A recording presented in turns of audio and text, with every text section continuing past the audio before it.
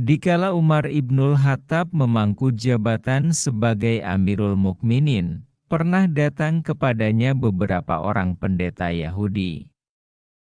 Mereka berkata kepada Khalifah, "Hai Khalifah Umar, Anda adalah pemegang kekuasaan sesudah Muhammad dan sahabatnya, Abu Bakar. Kami hendak menanyakan beberapa masalah penting kepada Anda. Jika Anda dapat memberi jawaban kepada kami, barulah kami mau mengerti bahwa Islam merupakan agama yang benar dan Muhammad benar-benar seorang nabi. Sebaliknya, jika Anda tidak dapat memberi jawaban, berarti bahwa agama Islam itu batil dan Muhammad bukan seorang nabi. Silahkan bertanya tentang apa saja yang kalian inginkan." Sahut Khalifah Umar, "Jelaskan kepada kami tentang induk kunci, gembok, mengancing langit." "Apakah itu?" tanya pendeta-pendeta itu, memulai pertanyaan-pertanyaannya. "Terangkan kepada kami tentang adanya sebuah kuburan yang berjalan bersama penghuninya. Apakah itu?" "Tunjukkan kepada kami tentang suatu makhluk yang dapat memberi peringatan kepada bangsanya, tetapi ia bukan manusia dan bukan jin. Terangkan kepada kami tentang 5 jenis makhluk yang dapat berjalan di permukaan bumi, tetapi makhluk-makhluk itu tidak dilahirkan dari kandungan ibu atau induknya. Beritahukan kepada kami apa yang dikatakan oleh burung puyuh, gemak, di saat ia sedang berkicau. Apakah yang dikatakan oleh ayam jantan dikala ia sedang berkokok? Apakah yang dikatakan oleh kuda di saat ia sedang meringkik? Apakah yang dikatakan oleh katak di waktu ia sedang bersuara? Apakah yang dikatakan oleh keledai di saat ia sedang meringkik? Apakah yang dikatakan oleh burung pipit pada waktu ia sedang berkicau?" Khalifah Umar menundukkan kepala untuk berpikir sejenak, kemudian berkata, bagi Umar, jika ia menjawab, "tidak tahu," atas pertanyaan-pertanyaan yang memang tidak diketahui jawabannya, itu bukan suatu hal yang memalukan. Mendengar jawaban Khalifah Umar seperti itu, pendeta-pendeta Yahudi yang bertanya berdiri melonjak-lonjak kegirangan, sambil berkata, "Sekarang kami bersaksi bahwa Muhammad memang bukan seorang nabi, dan agama Islam itu adalah batil." Salman Al-Farisi yang saat itu hadir, segera bangkit dan berkata kepada pendeta-pendeta Yahudi itu, "Kalian tunggu sebentar." Ia cepat-cepat pergi ke rumah Ali bin Abi Thalib. Setelah bertemu, Salman berkata, "Ya Abal Hasan, selamatkanlah agama Islam." Imam Ali era bingung, lalu bertanya, "Mengapa?" Salman kemudian menceritakan apa yang sedang dihadapi oleh Khalifah Umar ibnul Khattab. Imam Ali segera saja berangkat menuju ke rumah Khalifah Umar. Berjalan lenggang memakai burdah, selembar kain penutup punggung atau leher, peninggalan Rasul SAW. Ketika Umar melihat Ali bin Abi Thalib datang, ia bangun dari tempat duduk lalu buru-buru memeluknya, sambil berkata, "Ya Abal Hasan, tiap ada kesulitan besar, engkau selalu kupanggil." Setelah berhadap-hadapan dengan para pendeta yang sedang menunggu-nunggu jawaban itu, Ali bin Abi Thalib berkata, "Silakan kalian bertanya tentang apa saja yang kalian inginkan. Rasul Allah SAW sudah mengajarku 1000 macam ilmu, dan tiap jenis dari ilmu-ilmu itu mempunyai 1000 macam cabang ilmu." Pendeta-pendeta Yahudi itu lalu mengulangi pertanyaan-pertanyaan mereka. Sebelum menjawab, Ali bin Abi Thalib berkata, Aku ingin mengajukan suatu syarat kepada kalian, yaitu jika ternyata aku nanti sudah menjawab pertanyaan-pertanyaan kalian sesuai dengan yang ada di dalam Taurat, kalian supaya bersedia memeluk agama kami dan beriman. Ya baik, jawab mereka, sekarang tanyakanlah satu demi satu, kata Ali bin Abi Thalib.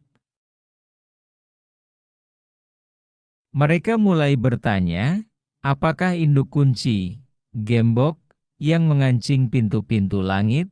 Induk kunci itu, jawab Ali bin Abi Thalib, ialah syirik kepada Allah.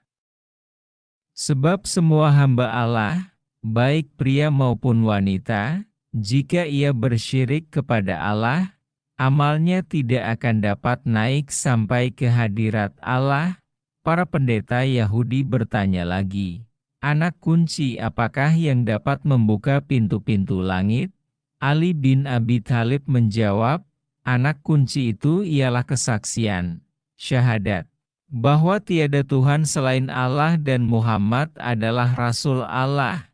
Para pendeta Yahudi itu saling pandang di antara mereka, sambil berkata, orang itu benar juga. Mereka bertanya lebih lanjut, terangkanlah kepada kami tentang adanya sebuah kuburan yang dapat berjalan bersama penghuninya.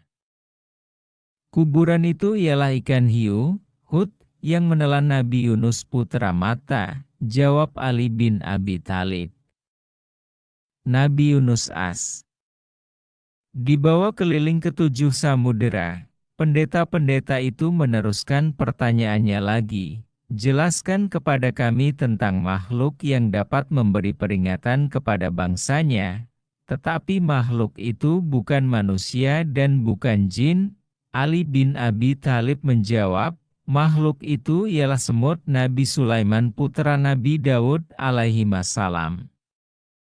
Semut itu berkata kepada kaumnya, hai para semut, masuklah ke dalam tempat kediaman kalian, agar tidak diinjak-injak oleh Sulaiman dan pasukannya dalam keadaan mereka tidak sadar. Para pendeta Yahudi itu meneruskan pertanyaannya, beritahukan kepada kami tentang 5 jenis makhluk yang berjalan di atas permukaan bumi.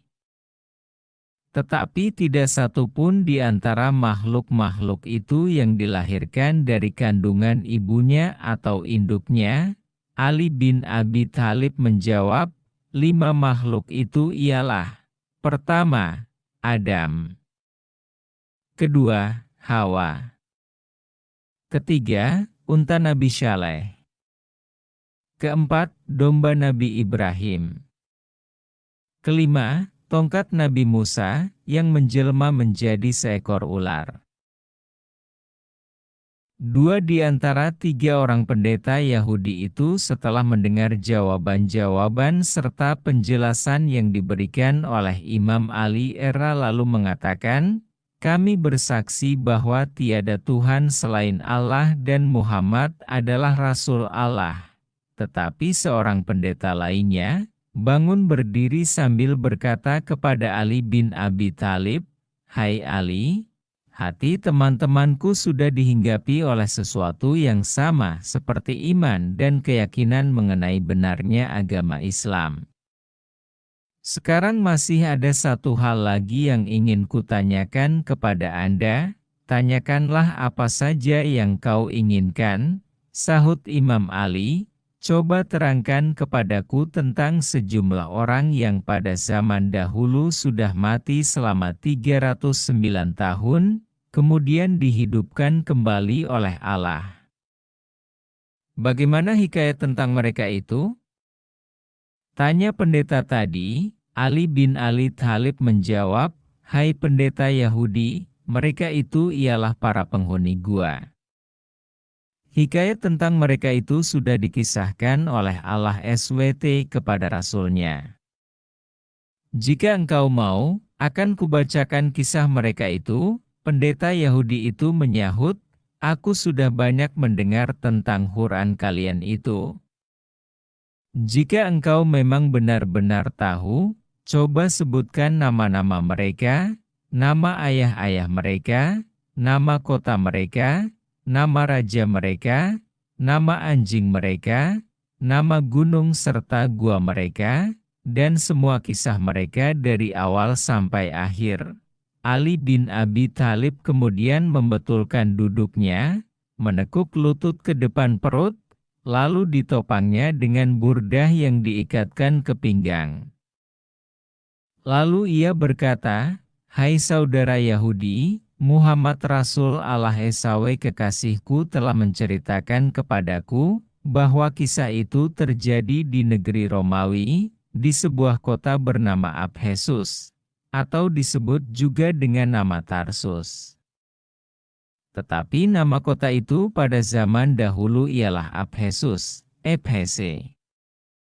Baru setelah Islam datang, kota itu berubah nama menjadi Tarsus, Tarse, sekarang terletak di dalam wilayah Turki. Penduduk negeri itu dahulunya mempunyai seorang raja yang baik. Setelah raja itu meninggal dunia, berita kematiannya didengar oleh seorang raja Persia bernama Dikianius. Ia seorang raja kafir yang amat congkak dan zalim. Ia datang menyerbu negeri itu dengan kekuatan pasukannya, dan akhirnya berhasil menguasai kota Abhesus.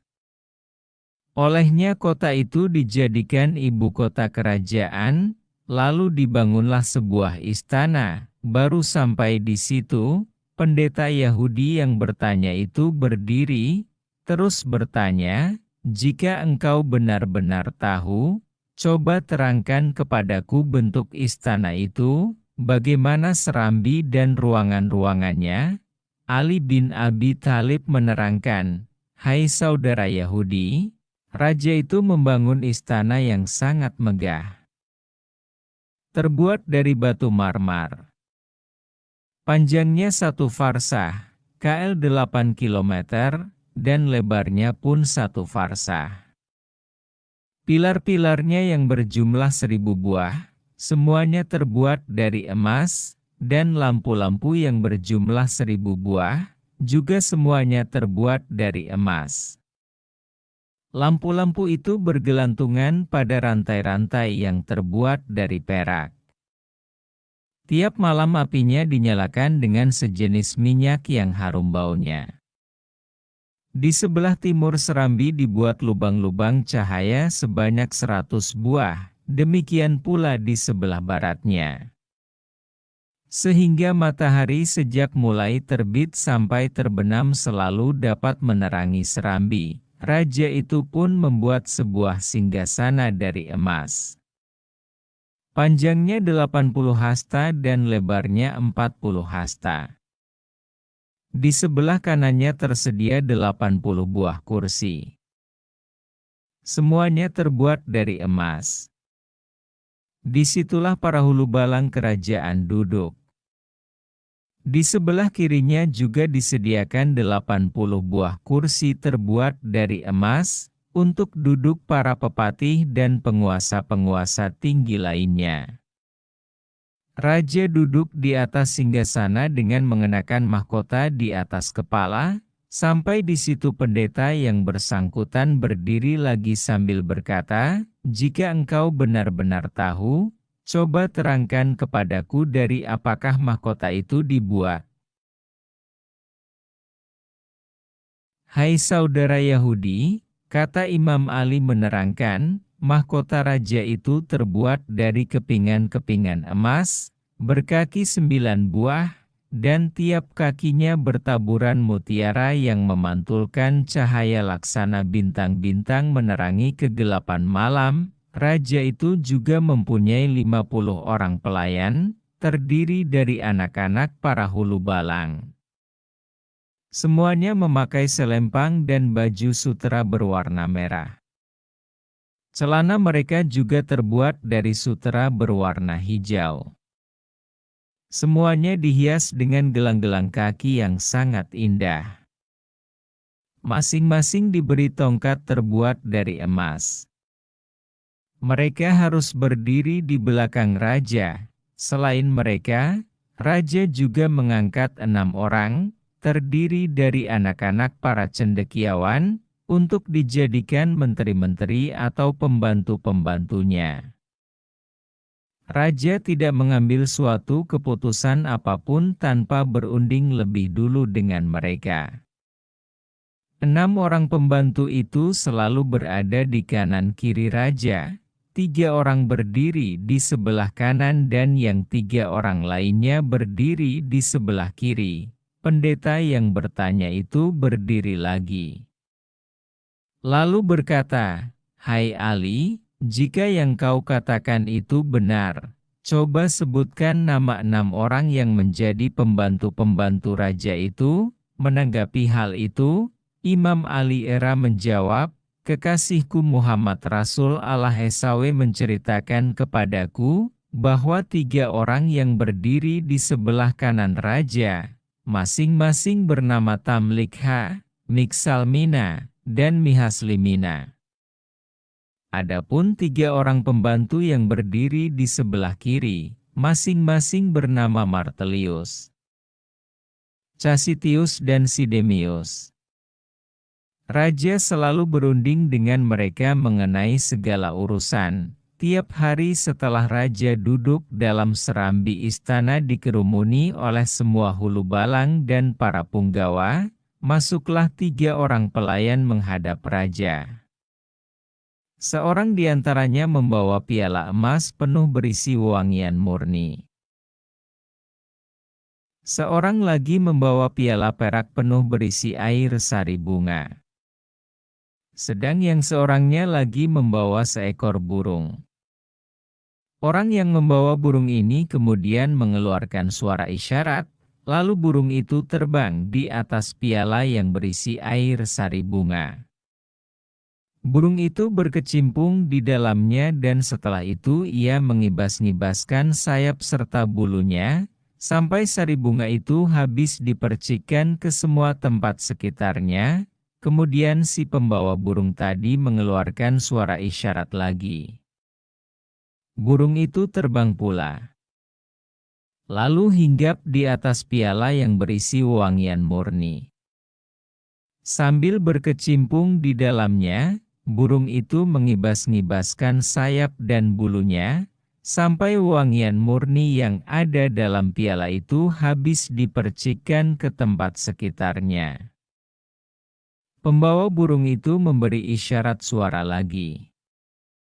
Burung itu lalu terbang dan hinggap di atas mahkota raja, sambil membentangkan kedua sayap yang harum semerbak di atas kepala raja. Demikianlah raja itu berada di atas singgasana kekuasaan selama 30 tahun.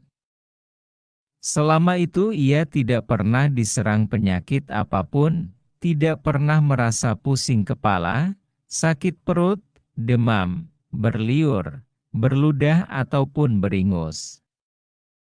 Setelah sang raja merasa diri sedemikian kuat dan sehat, ia mulai congkak, durhaka dan zalim.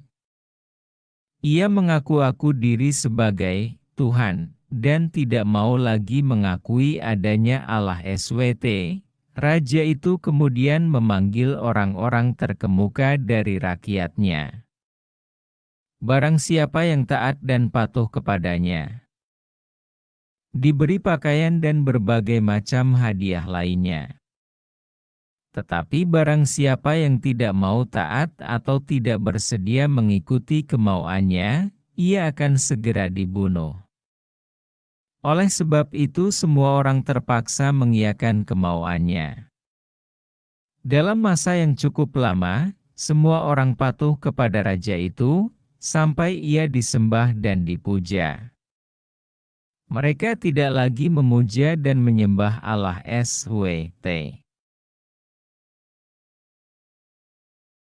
Pada suatu hari perayaan ulang tahunnya, raja sedang duduk di atas singgasana mengenakan mahkota di atas kepala. Tiba-tiba masuklah seorang hulu balang memberitahu bahwa ada bala tentara asing masuk menyerbu ke dalam wilayah kerajaannya, dengan maksud hendak melancarkan peperangan terhadap raja. Demikian sedih dan bingungnya raja itu, sampai tanpa disadari mahkota yang sedang dipakainya jatuh dari kepala, kemudian raja itu sendiri jatuh terpelanting dari atas singgasana. Salah seorang pembantu yang berdiri di sebelah kanan, seorang cerdas yang bernama Tamlikha, memperhatikan keadaan sang raja dengan sepenuh pikiran. Ia berpikir, lalu berkata di dalam hati, kalau Dikianius itu benar-benar Tuhan sebagaimana menurut pengakuannya. Tentu ia tidak akan sedih, tidak tidur, tidak buang air kecil, ataupun air besar. Itu semua bukanlah sifat-sifat Tuhan. 6 orang pembantu raja itu tiap hari selalu mengadakan pertemuan di tempat salah seorang dari mereka secara bergiliran. Pada satu hari tibalah giliran Tamlikha menerima kunjungan 5 orang temannya. Mereka berkumpul di rumah Tamlikha untuk makan dan minum, tetapi Tamlikha sendiri tidak ikut makan dan minum. Teman-temannya bertanya, "Hai Tamlikha, mengapa engkau tidak mau makan dan tidak mau minum?" "Teman-teman," sahut Tamlikha, "hatiku sedang dirisaukan oleh sesuatu yang membuatku tidak ingin makan dan tidak ingin minum, juga tidak ingin tidur." Teman-temannya mengejar, "Apakah yang merisaukan hatimu?" "Hai Tamlikha, sudah lama aku memikirkan soal langit," ujar Tamlikha menjelaskan. "Aku lalu bertanya pada diriku sendiri, siapakah yang mengangkatnya ke atas sebagai atap yang senantiasa aman dan terpelihara, tanpa gantungan dari atas dan tanpa tiang yang menopangnya dari bawah? Siapakah yang menjalankan matahari dan bulan di langit itu? Siapakah yang menghias langit itu dengan bintang-bintang bertaburan? Kemudian kupikirkan juga bumi ini, siapakah yang membentang dan menghamparkannya di cakrawala? Siapakah yang menahannya dengan gunung-gunung raksasa agar tidak goyah, tidak goncang dan tidak miring? Aku juga lama sekali memikirkan diriku sendiri. Siapakah yang mengeluarkan aku sebagai bayi dari perut ibuku? Siapakah yang memelihara hidupku dan memberi makan kepadaku? Semuanya itu pasti ada yang membuat, dan sudah tentu bukan Dikianius. Teman-teman Tamlikha lalu bertekuk lutut di hadapannya. 2 kaki Tamlikha diciumi sambil berkata, "Hai Tamlikha, dalam hati kami sekarang terasa sesuatu seperti yang ada di dalam hatimu. Oleh karena itu, baiklah engkau tunjukkan jalan keluar bagi kita semua, saudara-saudara," jawab Tamlikha. "Baik aku maupun kalian tidak menemukan akal selain harus lari meninggalkan raja yang zalim itu. Pergi kepada Raja Pencipta langit dan bumi." "Kami setuju dengan pendapatmu," sahut teman-temannya. Tamlikha lalu berdiri, terus beranjak pergi untuk menjual buah kurma, dan akhirnya berhasil mendapat uang sebanyak 3 dirham. Uang itu kemudian diselipkan dalam kantong baju.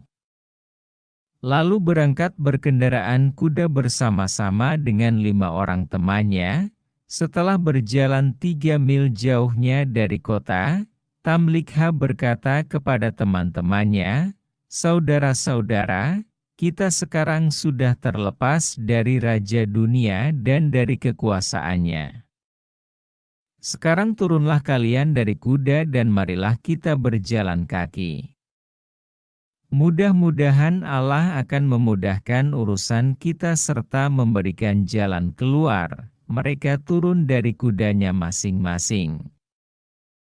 Lalu berjalan kaki sejauh 7 farsah, sampai kaki mereka bengkak berdarah karena tidak biasa berjalan kaki sejauh itu.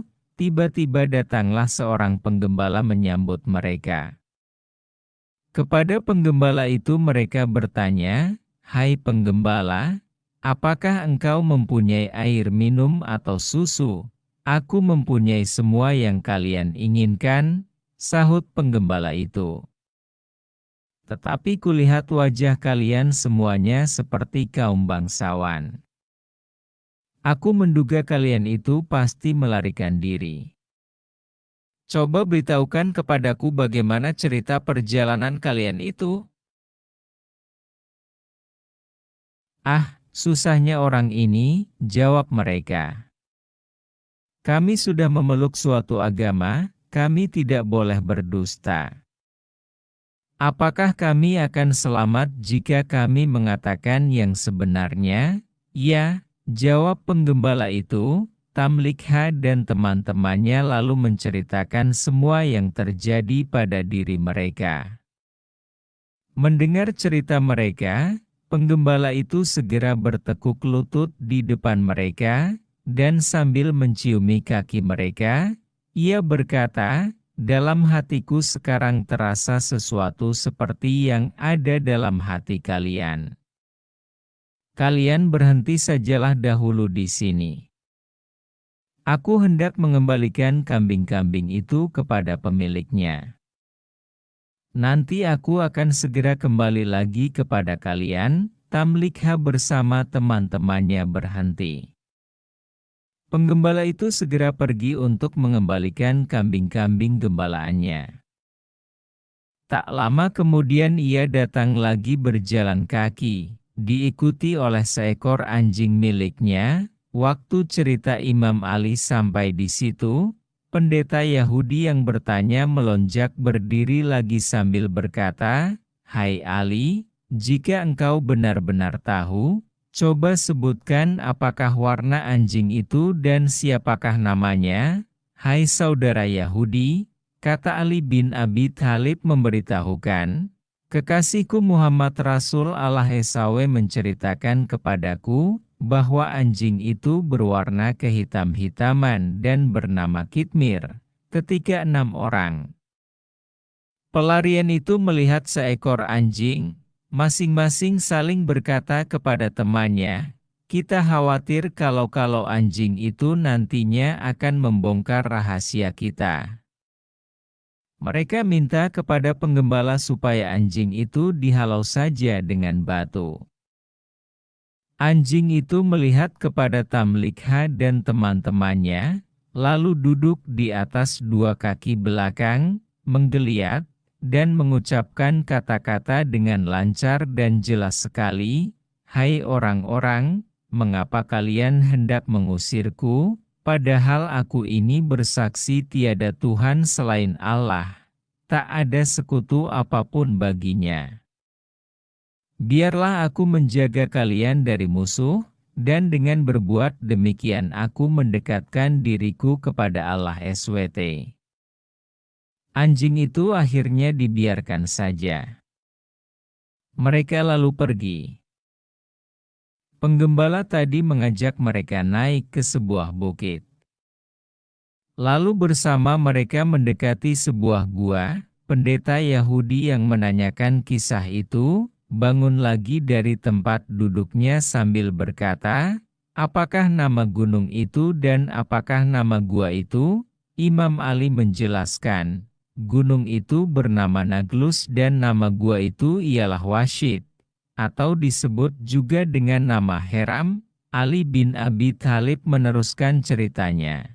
Secara tiba-tiba di depan gua itu tumbuh pepohonan berbuah dan memancur mata air deras sekali. Mereka makan buah-buahan dan minum air yang tersedia di tempat itu. Setelah tiba waktu malam, mereka masuk berlindung di dalam gua. Sedang anjing yang sejak tadi mengikuti mereka, berjaga-jaga endrok sambil menjulurkan dua kaki depan untuk menghalang-halangi pintu gua.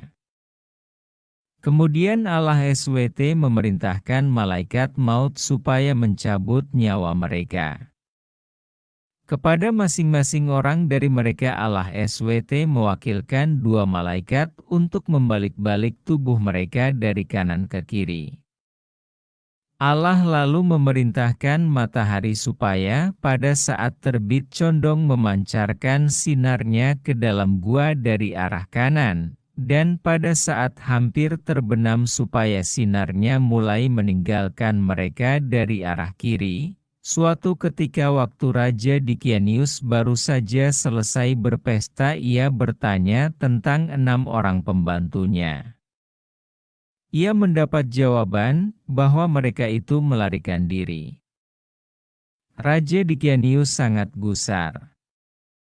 Bersama 80.000 pasukan berkuda ia cepat-cepat berangkat menyelusuri jejak 6 orang pembantu yang melarikan diri. Ia naik ke atas bukit, kemudian mendekati gua. Ia melihat 6 orang pembantunya yang melarikan diri itu sedang tidur berbaring di dalam gua. Ia tidak ragu-ragu dan memastikan bahwa 6 orang itu benar-benar sedang tidur. Kepada para pengikutnya ia berkata, "Kalau aku hendak menghukum mereka, tidak akan kujatuhkan hukuman yang lebih berat dari perbuatan mereka yang telah menyiksa diri mereka sendiri di dalam gua. Panggillah tukang-tukang batu supaya mereka segera datang kemari."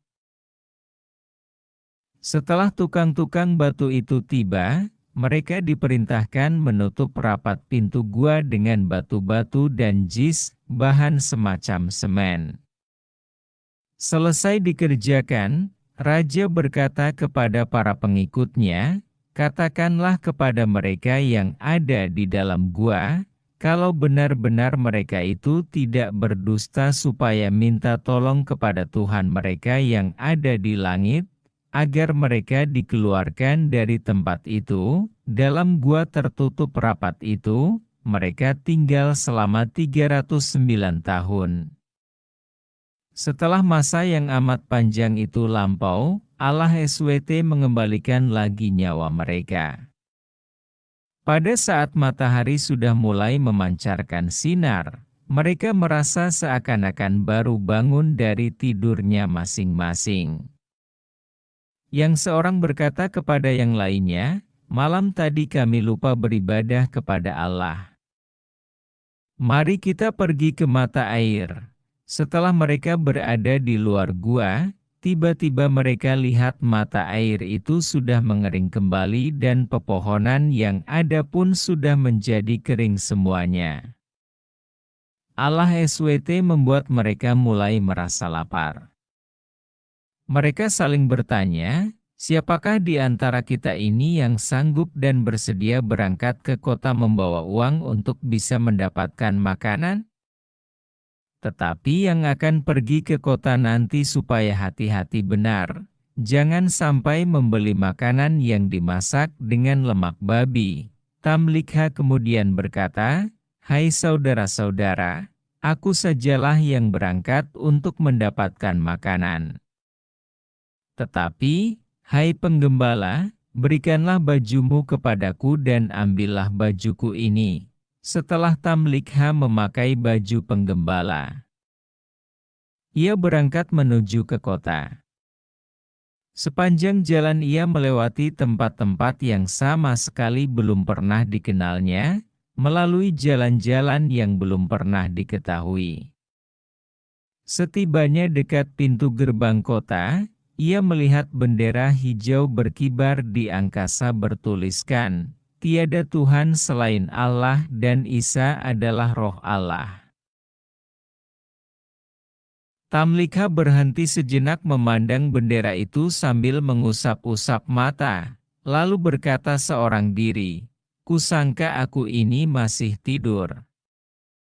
Setelah agak lama memandang dan mengamat-amati bendera, ia meneruskan perjalanan memasuki kota. Dilihatnya banyak orang sedang membaca Injil. Ia berpapasan dengan orang-orang yang belum pernah dikenal. Setibanya di sebuah pasar ia bertanya kepada seorang penjajah roti, "Hai tukang roti, apakah nama kota kalian ini?" "Abhesus," sahut penjual roti itu. "Siapakah nama raja kalian?" tanya Tamlikha lagi. Abdurrahman, jawab penjual roti, kalau yang kau katakan itu benar. Kata Tamlikha, urusanku ini sungguh aneh sekali. Ambillah uang ini dan berilah makanan kepadaku. Melihat uang itu, penjual roti keheran-heranan. Karena uang yang dibawa Tamlikha itu uang zaman lampau, yang ukurannya lebih besar dan lebih berat.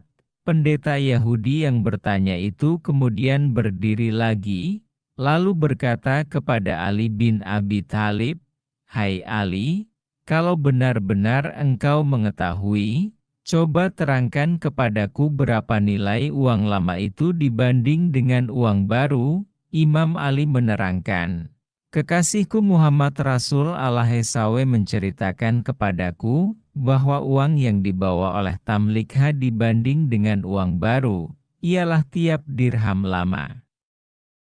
Sama dengan 10 dan 2/3 dirham baru."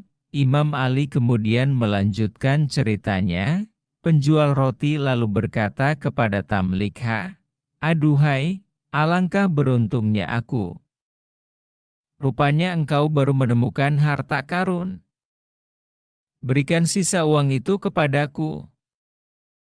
Kalau tidak, engkau akan kuhadapkan kepada raja." "Aku tidak menemukan harta karun," sangkal Tamlikha. "Uang ini kudapat 3 hari yang lalu dari hasil penjualan buah kurma seharga 3 dirham. Aku kemudian meninggalkan kota karena orang-orang semuanya menyembah Dikianius." Penjual roti itu marah, lalu berkata, "Apakah setelah engkau menemukan harta karun masih juga tidak rela menyerahkan sisa uangmu itu kepadaku? Lagi pula engkau telah menyebut-nyebut seorang raja durhaka yang mengaku diri sebagai Tuhan, padahal raja itu sudah mati lebih dari 300 tahun yang silam. Apakah dengan begitu engkau hendak memperolok-olok aku?" Tamlikha lalu ditangkap, kemudian dibawa pergi menghadap raja. Raja yang baru ini seorang yang dapat berfikir dan bersikap adil. Raja bertanya kepada orang-orang yang membawa Tamlikha, "Bagaimana cerita tentang orang ini? Dia menemukan harta karun." Jawab orang-orang yang membawanya. Kepada Tamlikha, raja berkata, "Engkau tak perlu takut. Nabi Isa memerintahkan supaya kami hanya memungut 1/5 saja dari harta karun itu. Serahkanlah yang 1/5 itu kepadaku, dan selanjutnya engkau akan selamat."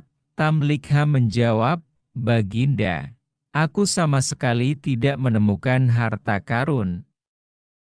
Aku adalah penduduk kota ini." Raja bertanya sambil keheran-heranan, "Engkau penduduk kota ini?" "Ya."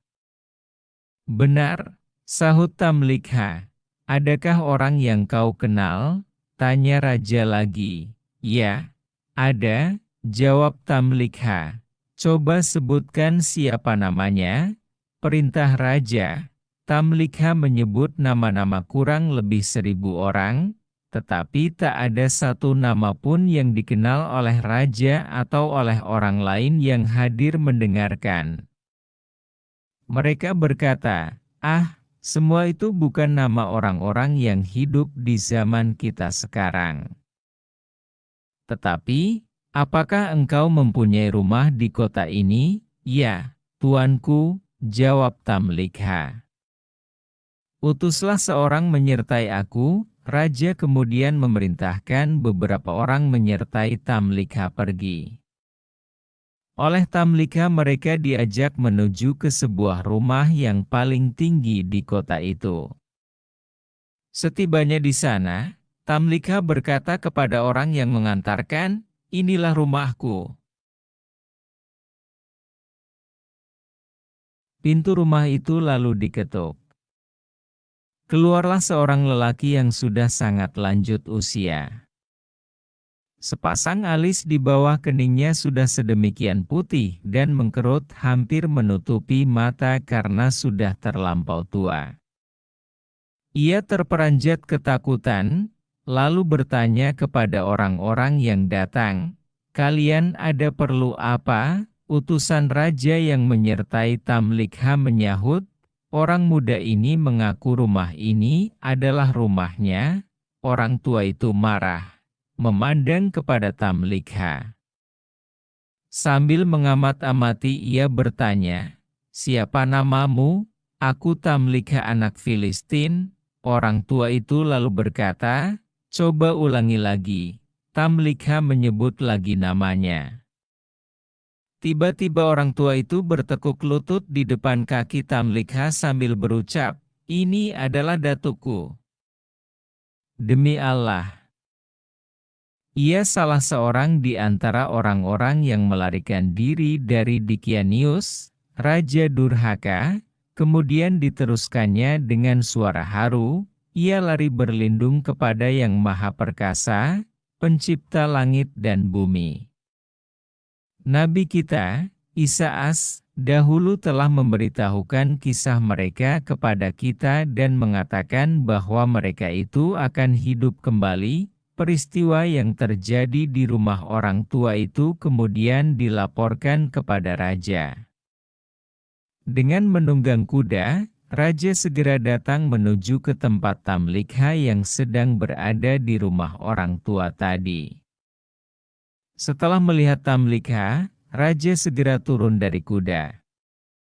Oleh raja, Tamlikha diangkat ke atas pundak, sedangkan orang banyak beramai-ramai menciumi tangan dan kaki Tamlikha sambil bertanya-tanya, "Hai Tamlikha, bagaimana keadaan teman-temanmu?" Kepada mereka Tamlikha memberitahu bahwa semua temannya masih berada di dalam gua.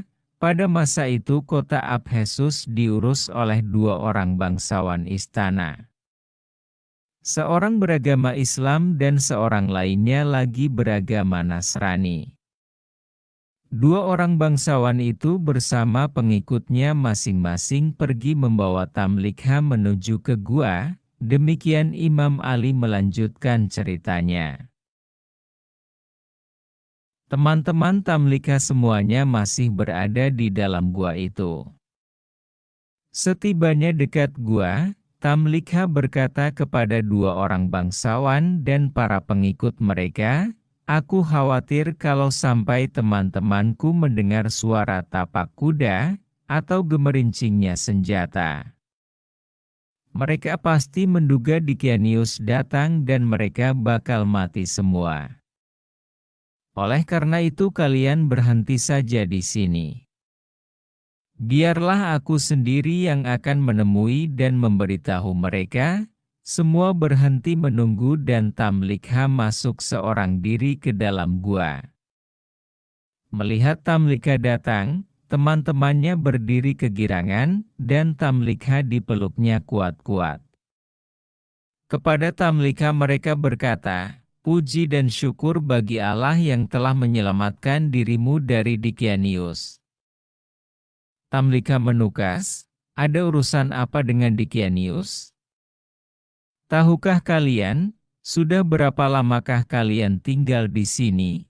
"Kami tinggal sehari atau beberapa hari saja," jawab mereka. "Tidak," sangkal Tamlikha.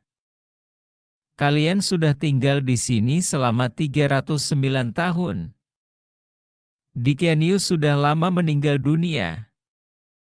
Generasi demi generasi sudah lewat silih berganti, dan penduduk kota itu sudah beriman kepada Allah yang Maha Agung.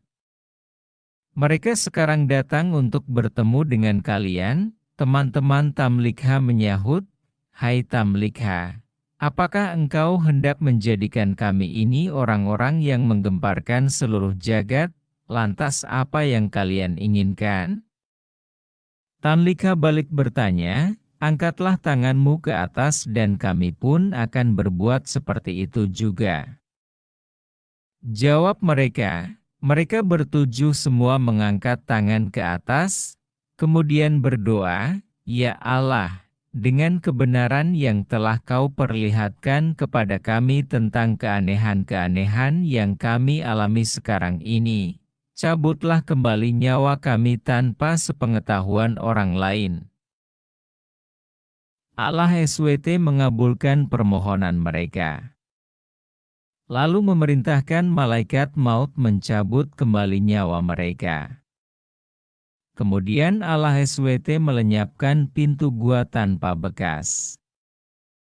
Dua orang bangsawan yang menunggu-nunggu segera maju mendekati gua, berputar-putar selama 7 hari untuk mencari-cari pintunya, tetapi tanpa hasil. Tak dapat ditemukan lubang atau jalan masuk lainnya ke dalam gua. Pada saat itu dua orang bangsawan tadi menjadi yakin tentang betapa hebatnya kekuasaan Allah SWT. Dua orang bangsawan itu memandang semua peristiwa yang dialami oleh para penghuni gua sebagai peringatan yang diperlihatkan Allah kepada mereka. Bangsawan yang beragama Islam lalu berkata, mereka mati dalam keadaan memeluk agamaku. Akan kudirikan sebuah tempat ibadah di pintu gua itu. Sedang bangsawan yang beragama Nasrani berkata pula, mereka mati dalam keadaan memeluk agamaku. Akan kudirikan sebuah biara di pintu gua itu. Dua orang bangsawan itu bertengkar, dan setelah melalui pertikaian senjata, akhirnya bangsawan Nasrani terkalahkan oleh bangsawan yang beragama Islam. Dengan terjadinya peristiwa tersebut, maka Allah berfirman, dan begitulah kami menyerempakkan mereka, supaya mereka mengetahui bahwa janji Allah adalah benar, dan bahwa saat itu tidak ada keraguan padanya. Apabila mereka berbalahan antara mereka dalam urusan mereka, maka mereka berkata, binalah di atas mereka satu bangunan, pemelihara mereka sangat mengetahui mengenai mereka. Berkata orang-orang yang menguasai atas urusan mereka, kami akan membina di atas mereka sebuah masjid. Sampai di situ Imam Ali bin Abi Thalib berhenti menceritakan kisah para penghuni gua. Kemudian berkata kepada pendeta Yahudi yang menanyakan kisah itu, itulah, hai Yahudi, apa yang telah terjadi dalam kisah mereka. Demi Allah, sekarang aku hendak bertanya kepadamu, apakah semua yang kuceritakan itu sesuai dengan apa yang tercantum dalam Taurat kalian? Pendeta Yahudi itu menjawab, ya Abal Hasan, engkau tidak menambah dan tidak mengurangi, walau satu huruf pun. Sekarang engkau jangan menyebut diriku sebagai orang Yahudi, sebab aku telah bersaksi bahwa tiada Tuhan selain Allah dan bahwa Muhammad adalah hamba Allah serta Rasul-Nya.